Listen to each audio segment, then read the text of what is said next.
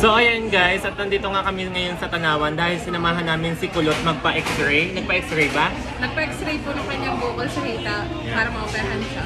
May bukol kasi si Kulot sa hita, so sinamahan namin magpa-x-ray at ngayon pupunta yata siya sa amin.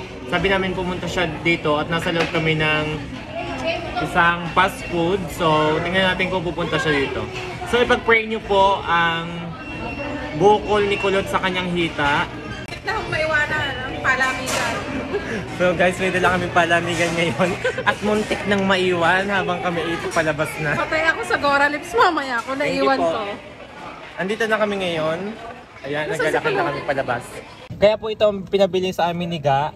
Isang timplahan po dito, yung kita ay 1,000. Kaya po talaga pong malakas sa kanila ang tinda at pinipilahan po talaga. Sa sobra pong ganda, sa sexy ng mga magbebenta.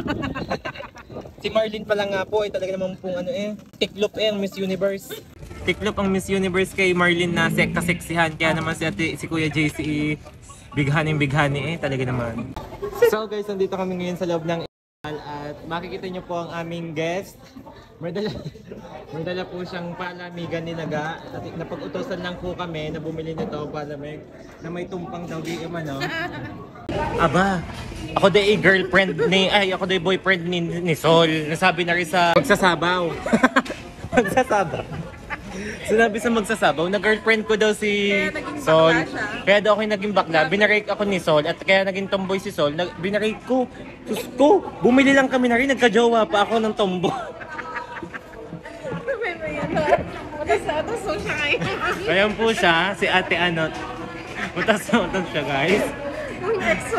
Utas mang buwisit. Yan ho, si Sally to. Ako din, si Su. Hingi tayong sabaw, wala naman tayong order. Hingi po kaming sabaw, wala kaming order. Pwede yun guys. So guys, nauuhaw na nga po kami. Tambay kami dito sa loob. Nanghingi na po kami ng tubig kasi po, nauuhaw kami. Guys, wala po kaming order. Bumili lang po kami nito, nakainom pa ng malamig. Thank you so much po. So ayan guys, so pupunta na kami ngayon sa labas ng Thank you so much po sa malamig na tubig. Ayan. So guys, nandito na kami ngayon sa Victor Mall. Samahan nyo kami ngayong araw. At ngayong araw nga po ay kakain po kami ngayon dito sa libre po ni She. Thank you so much po sa libre niya kasi po pera, lagi na ako ng libre. nagwo-work po siya sa sa Canada. Umuwi lang po siya para po kami ay ilibre talaga. At babalik po siya ulit. Order po kayo mamaya ng palamig na Gora Lips. Ay, may palamig na po palang tinda ang Gora Lips doon po sa may labasan namin. Order na po kayo ng lemonade. Hindi ko alam kung anong At ngayong araw nga po, nandito na kami sa Jack. At gutom na kami, kaya kami kakain. Pero nakita namin, napakahaba pala ng pila. Saan tayo kakain? Dito na. Dito na. Ayan guys, napakahaba po ng pila. At ngayon, so ayan guys, order na kami at nag-iisip kami ng kung anong orderin. Kaso napag-isipan namin na wag nang maglagay ng drink sa aming order kasi napag-isipan namin may diabetes kaming lahi. Tama ng tubig para makatipid. Mag-mix and match na Mix and match na lang kami, girl. Diyos ko. Hindi nating pamahalin ng order at wala naman tayong ibabayad. Sige nang libre. Hindi naman ang libre. So, ayan guys, we're ng libre at naghahanap na kami ngayon ng uupuan, guys. So, at dahil walang uupuan, sa labas na lang kami. Doon tayo sa apatan.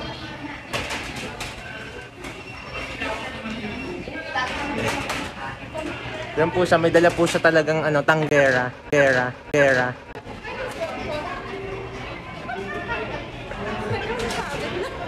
Sa palamigan. Kasi siya po ay nabangga doon sa upuan dahil gawa ng palamig niyong daladala. Lagi kasing daladala ang palamig, nabangga sa upuan. Nakakahiya ako sa Gora Lips pag hindi ko na ibiling-biling. May pabili pa nga akong 20 pesos na alamang. Ang sakit ng ingrown ko, tumitibok eh. Dala-dala ito lagi. Yun, hanggang sa nasabit siya doon sa palaruan ng pang-birthday. Ayun yun yung may palawit. Ayun yung may palawit, nasabit doon. Anong masasabi mo sa mga may pabili sa nito? Ang masasabi ko lang, ihanda nyo mamaya ang previous ko na isang basong palamig. Dahil dito nagkasasabit ako. Tsaka yung ano. Yung alamang ho na 20 pesos, mamaya na ho pag pauwi na kami, kakain muna. Bibili mo pa ng alamang? Oo. Ipabili nakakaya sa Gora Lips. So ayan guys, at nandito nga kami ngayon sa Tanawan dahil sinamahan namin si Kulot magpa-x-ray. Nagpa-x-ray ba? Nagpa-x-ray po ng kanyang bukol sa hita para maoperahan siya. May bukol kasi si Kulot sa hita, so sinamahan namin magpa-x-ray at ngayon pupunta yata siya sa amin. Sabi namin pumunta siya dito at nasa loob kami ng isang fast food. So tingnan natin kung pupunta siya dito.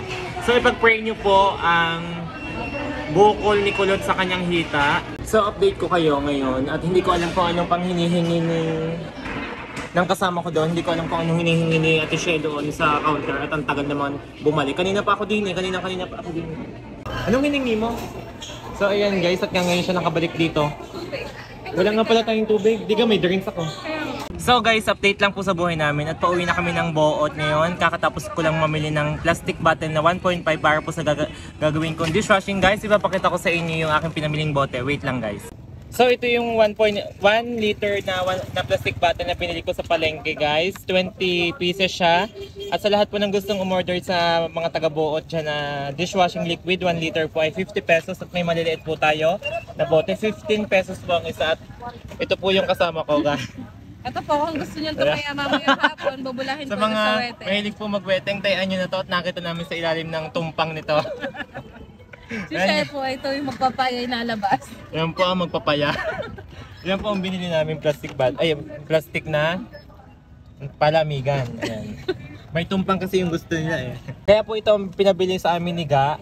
Isang timplahan po dito, yung kita ay 1,000. Kaya po talaga pong malakas sa kanila ang tinda at pinipilahan po talaga. Sa sobra pong ganda, sa sexy ng mga magbebenta. Si Marlene pala nga po ay talaga naman pong tiklop ang Miss Universe.